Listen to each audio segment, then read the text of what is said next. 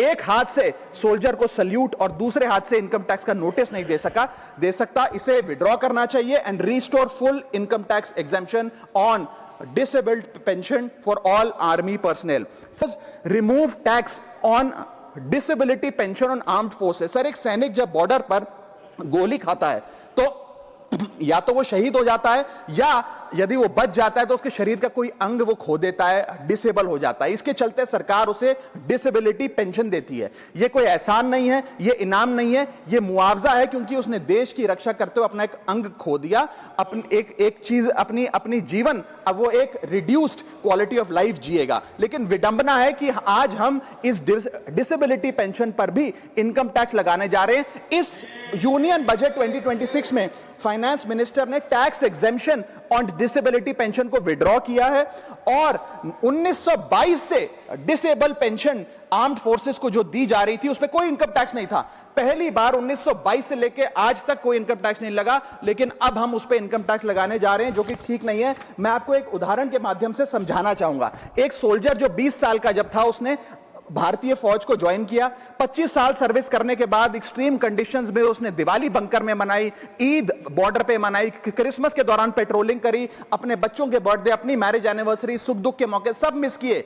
लेकिन उसने अपने सैक्रिफाइस को कभी टैक्स लैब और टैक्स एग्जेम्पशन के चश्मे से नहीं देखा। लेकिन जब ऑपरेशन के दौरान किसी इंजरी के चलते वो अपना कोई अंग खो देता है और मेडिकल बोर्ड उसे 40 से 50% डिसेबल घोषित कर देती है, तो उसके पास दो चॉइसेस होती हैं। या तो वो सर्विस छोड़ दे और पेंशन लेने शुरू लग जाए। अगर सर्विस छोड़ के वो पेंशन लेने लग जाता है तो उसकी पेंशन एग्जेम्प्ट है। लेकिन अगर वो सर्विस नहीं छोड़कर अपनी पूरी टेन्योर काम करता है, अपाहिज होने के बाद, डिसेबल होने के बावजूद भारत माता की सेवा में कार्यरत रहता है, तो उसको डिसेबिलिटी पेंशन जब मिलती है रिटायरमेंट के उपरांत, तो उस पर इनकम टैक्स इस अमेंडमेंट के द्वारा लगाया जा रहा है। सर, ये करके हम एक प्रकार से दो category of wounded soldiers create कर रहे हैं, जिसमें दर्द सहकर जो फौजी ज्यादा काम करता है उससे ज्यादा टैक्स लिया जाएगा। हम अननोइंगली पनिश कर रहे हैं सैनिकों को घायल होने के बाद जो काम करते हैं। So we are penalising courage, we are taxing endurance.